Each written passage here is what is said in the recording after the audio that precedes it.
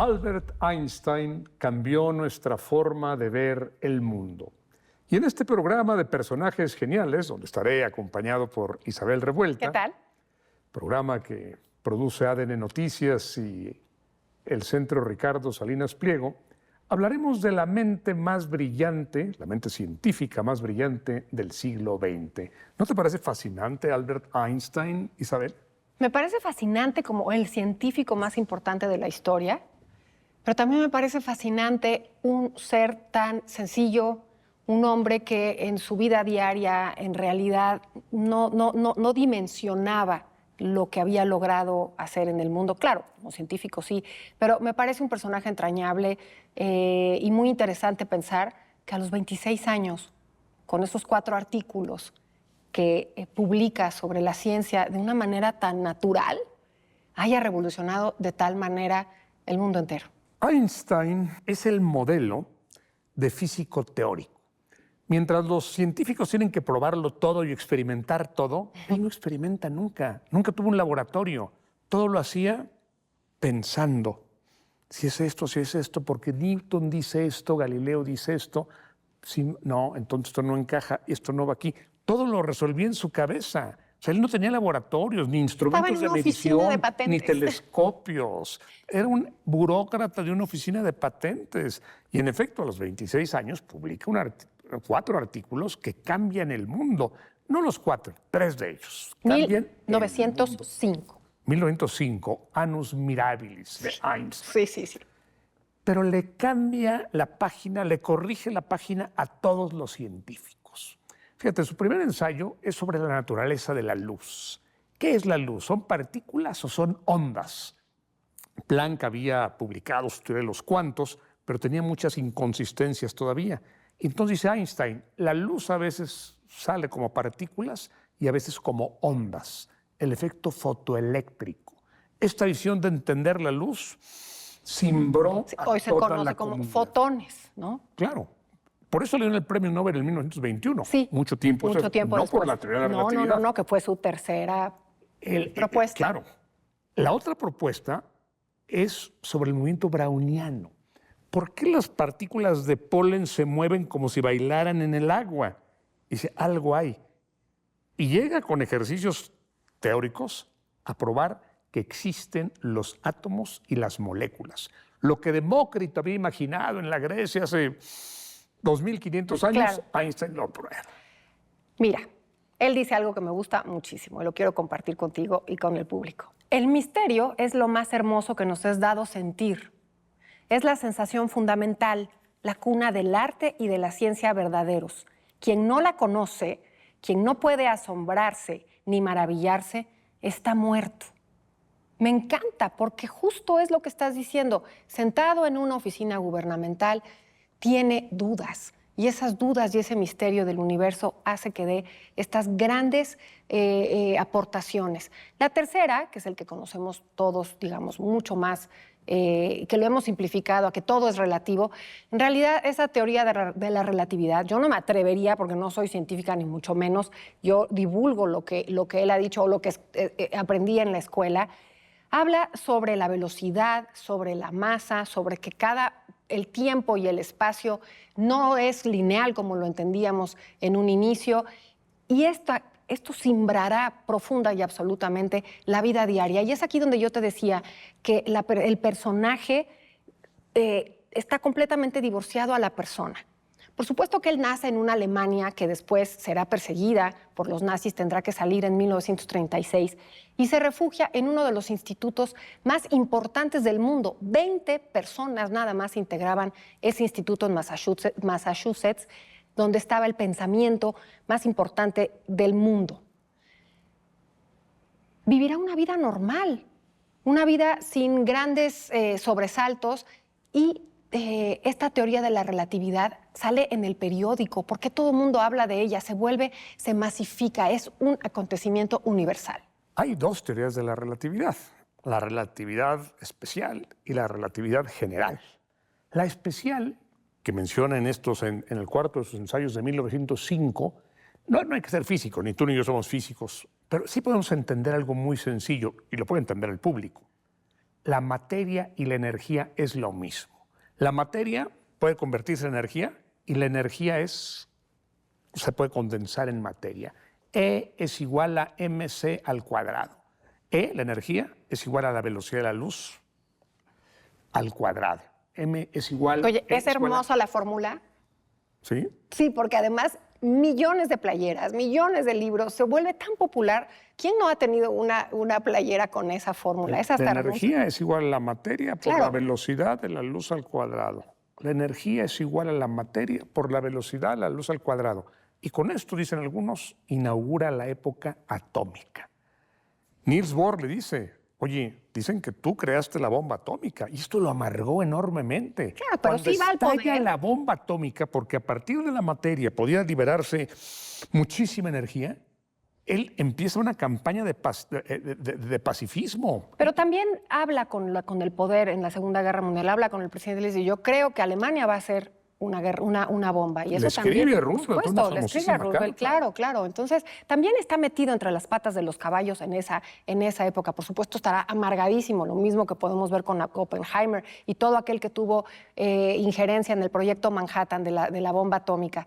Pero, Gerardo, ¿no te parece increíble pensar que, porque tú repites la fórmula, que haya permeado tanto, que nos haya simbrado tanto en la sociedad? Yo creo que ni siquiera los descubrimientos que habían hecho los Curie, imagínate la radioactividad fundada por ellos, lo que encuentra Marie Curie, pero la popularidad que tenía, creo, tiene que ver con este hombre despeinado, despreocupado, sencillo, un hombre que le gustaba la vida tranquila, y no el grandísimo personaje.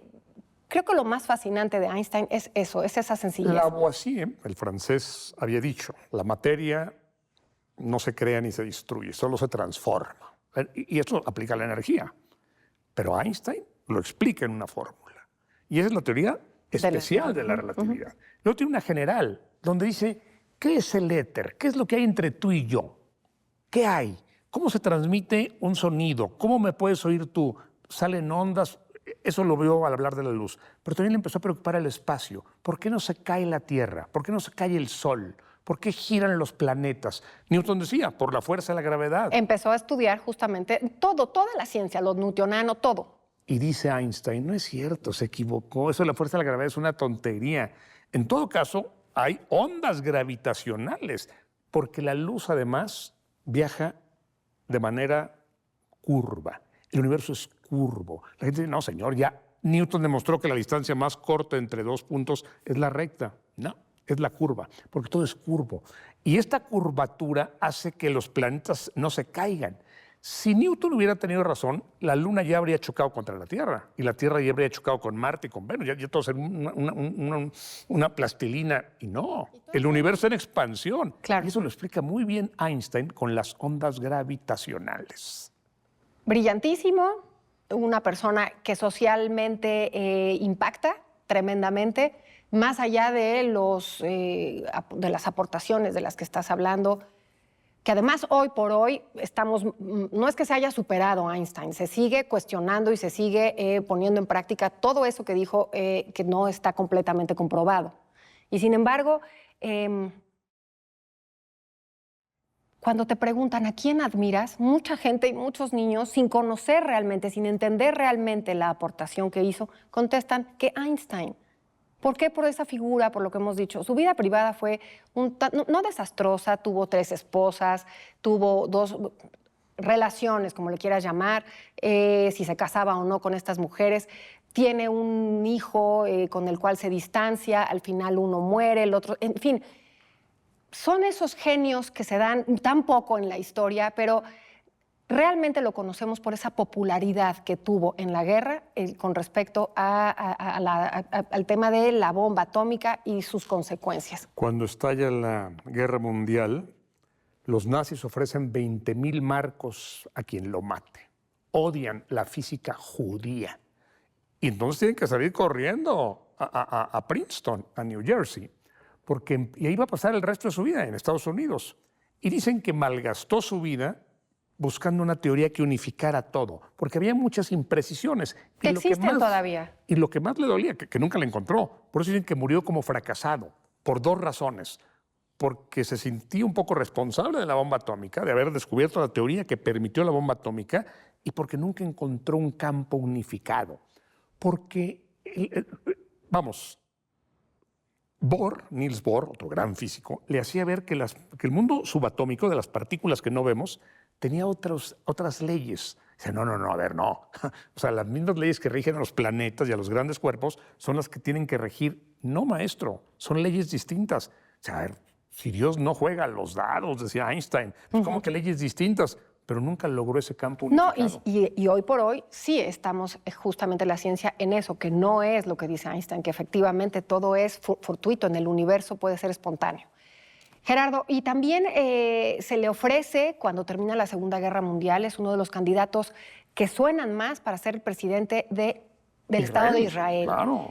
Tiene una postura activista, es un hombre que estará del lado de los derechos de los negros en Estados Unidos. Incluso el socialismo le parece muy interesante. No hay que olvidar también digamos, esa fórmula que tienen los israelitas de los kibutz y demás, del trabajo comunitario.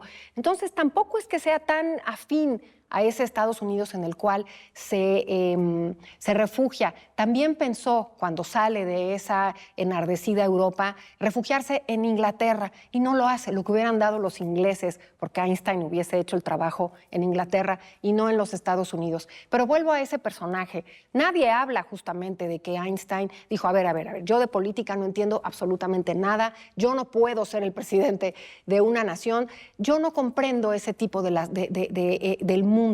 No se metía en la política. Si no se metía a un laboratorio, ¿tú crees que se iba a meter a la vida pública y a la vida política? Es un personaje interesantísimo. Fíjate, en efecto fue un mal papá y fue un mal esposo. No de la segunda, de la primera.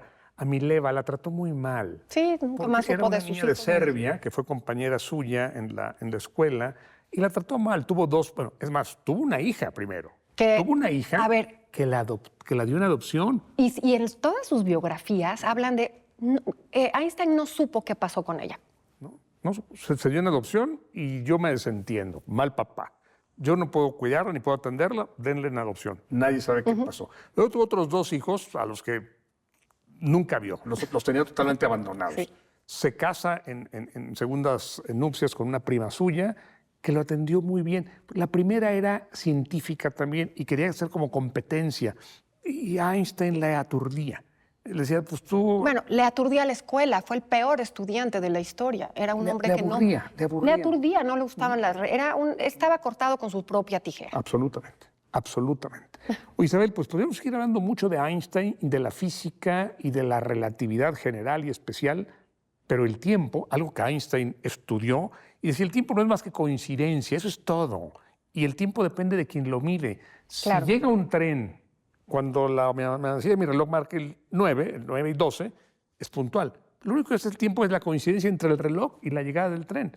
El tiempo se nos ha acabado. Bueno, se nos ha acabado, pero es algo que ahorita, si tú te pones a ver la ciencia ficción en el cine o en la literatura, el tema cuántico, no voy a decir que entiendo algo, lo único que entiendo es justamente que no comprendo justamente esa espontaneidad, ese momento de coincidir, el famoso multiverso que está tan en boga.